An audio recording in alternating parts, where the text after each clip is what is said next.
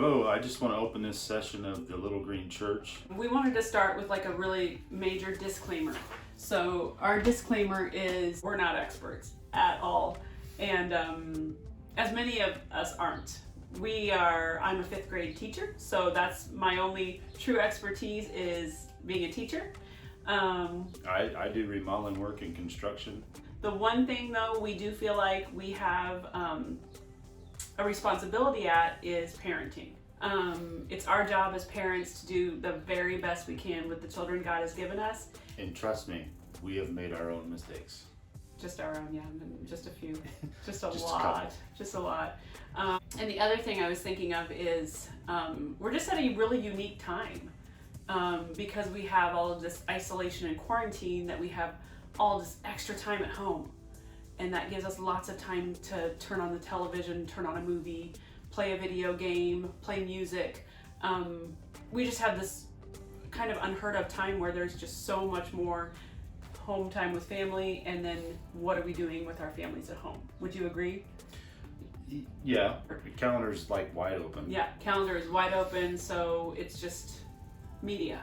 So we have always tried to kind of watch, or pay attention, I should say, to what we watch on television. But we've been pretty lax, just kind of like whatever looks interesting. We don't really do a lot of research first, we just watch it. And then maybe later or partway through, we're like, ooh, probably shouldn't be watching this with our 13-year-old beside us. Probably shouldn't be watching this for our own selves. I mean, we'll admit, we watched the first 2 seasons of the Ozarks. And the 3rd season came out this year, and we've chosen not to watch it. Why have we chosen not to watch it? Because it's filled with filth.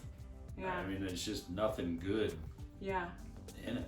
And I think it's just a really common thing for many people just like us who just want to watch something. We've had a busy day, we're tired, we don't want to put a lot of thought or energy into anything else for the day, so we just turn it on, this looks good, and we start watching it, and then we overlook the things that we know are just not glorifying God. No. Yeah, and I think we are doing something this year that's pretty cool. What are we doing? Reading the Bible every day. Mm-hmm. And trying to get through the Bible in a year. Something we've never done as a couple. Mm-hmm. So. And would you say that's made a difference in our decision on Ozark, for example? Oh, absolutely. The more you spend the time in the Word, the more you learn from it, the more you are educated. What are the 2 big reasons you should choose to watch or not watch something? And you brought up one. My first point was, does it glorify God? Mm-hmm. I know, and when I think of that, I think, okay, so if we turn on a show, whatever it is, it could be television, like regular television, even though a lot of people don't even watch that anymore. It could be Netflix, Disney Plus, Hulu, Amazon Prime, just to name a few, YouTube. If Jesus was sitting right here beside us, would we watch it? And I think that's something that we just kind of ignore and just say, oh well. There's a lot of programming on TV. Mm-hmm. A lot of sitcoms have a ton of sexual innuendos in them. They're not necessarily glorifying God, but they're verging on the side of, should I really be watching this? Mm-hmm. You know? And I think that's like, when I think of what we should be filling our minds with. One year I was at a women's conference with Beth Moore. She made the example of whatever we're filling our minds with pretty much becomes wallpaper in our mind. And I that's always stuck with me. I probably heard this like 11 years ago. So what is the wallpaper in my mind? So it's what we think and speak. It's what comes out of us. So basically input in, output. She read Philippians 4:8 to us. And she said, finally, brothers and sisters, I wish I could say it with her wonderful accent. Whatever is true, whatever is noble, whatever is right, whatever is pure, whatever is lovely, whatever is admirable, if anything is excellent or praiseworthy, think about such things. And like, so then I think about that. Okay, if I could just list that off, and like literally there's like 7 words there. Is what I'm watching, is it true? Do I know? Do I not know? Do I care? Is it noble? Is it right? Is it pure? Is it lovely? Is it admirable? Oh, I guess there's 8. Is it excellent or is it praiseworthy? So if I'm if I'm watching it and it doesn't really fall under those 8 things, then I shouldn't be watching it. And I think it's been easy over the years when we're long day at work, stressful day, this happened, that happened. Everybody's got those days. It's easy to just say mindlessly, don't care, I'm just going to watch it. And I think that's where, as Christians, we have that responsibility to do the homework first. Should I watch this? Is it true? Is it right? Is it noble? Is it pure? Maybe I already know it's not, and so I should just not watch it. But maybe I'm not sure. So then what should I do? Well, I should do my homework. I should look online, see if there's any reviews. Yeah, so I found 3 different things that I thought might be helpful for parents. Focus on the Family has a website called Plugged-In. It allows you to preview before you watch. They have movies, they have television. Movieguide.org, it has Christian and family reviews. And then crosswalk.com. And I'll put all of these, I'll list all of those in the information at the bottom. I noticed like crosswalk.com, I went ahead and clicked on a movie. It was Jurassic World Fallen Kingdom, a new Chris Pratt movie. And it was cool because it just kind of summarizes the movie, and then it has at the bottom 7 things parents should know. And so I clicked on that, and one of the things was not good for young children, and it explained why. So, you know, if you have a 4-year-old, a 5-year-old, you know, you're like, oh, shouldn't watch this because it's probably going to scare them and give them nightmares. Or anyway, what was cool was like number 7, it made a comment about there is no God. It was in this part of the scene of the movie, and you know, 7 things parents should know. They have that statement in there. So I can choose to say, okay, now that I've read about all these 7 things, I can still watch it with my kid, or I can not, because number 7 was this could bring up a theological discussion with your child. And I think as Christians, we have that responsibility to just be educated. What is out there and what discussion can it bring up with our kids, to just be open and honest. Why did they say that in that movie? You know, what do you believe? Why do you believe that? Why do you think they said that? How could we stand up for God if we were in that situation? How would we answer that?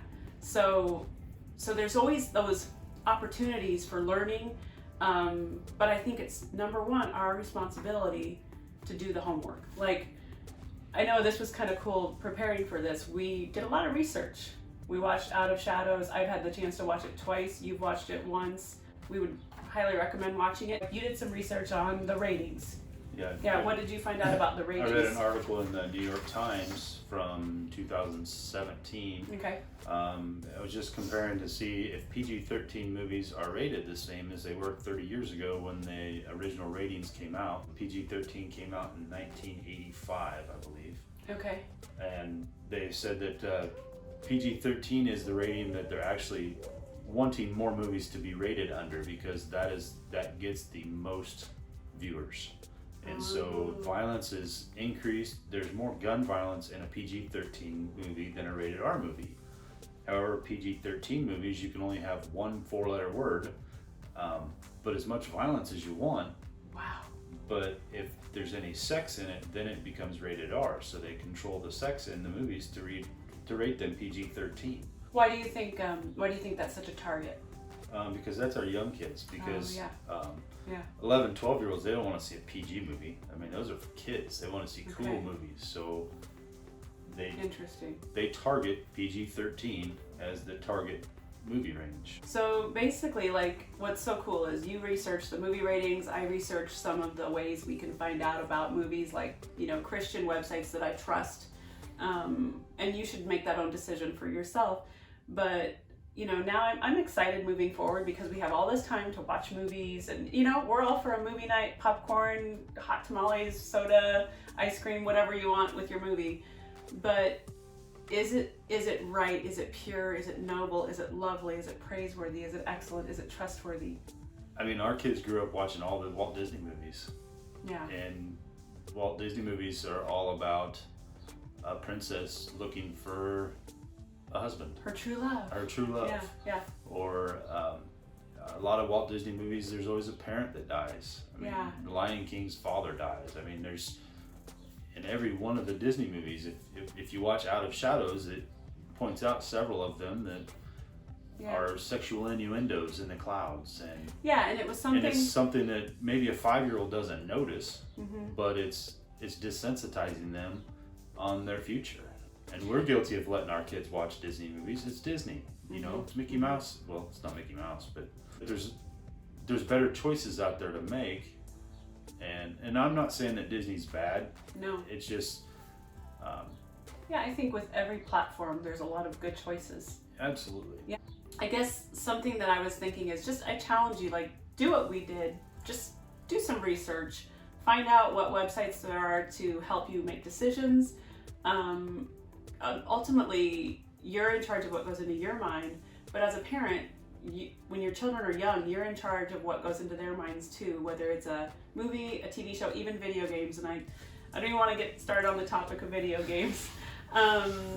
It's just, we're desensitizing kids and ourselves, absolutely ourselves to it's okay to see a person shot and blood smearing everywhere, and a person stabbed and a person raped, or it's just, does that glorify God? Yeah, there's bad things out there, there's no doubt about it, but do we need to fill our minds with it? Do we need to wallpaper our minds with it? So here are some recommendations from the Little Green Church.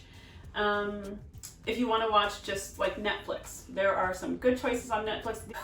We watched a good movie that are not on Netflix called Greater. Just came across it.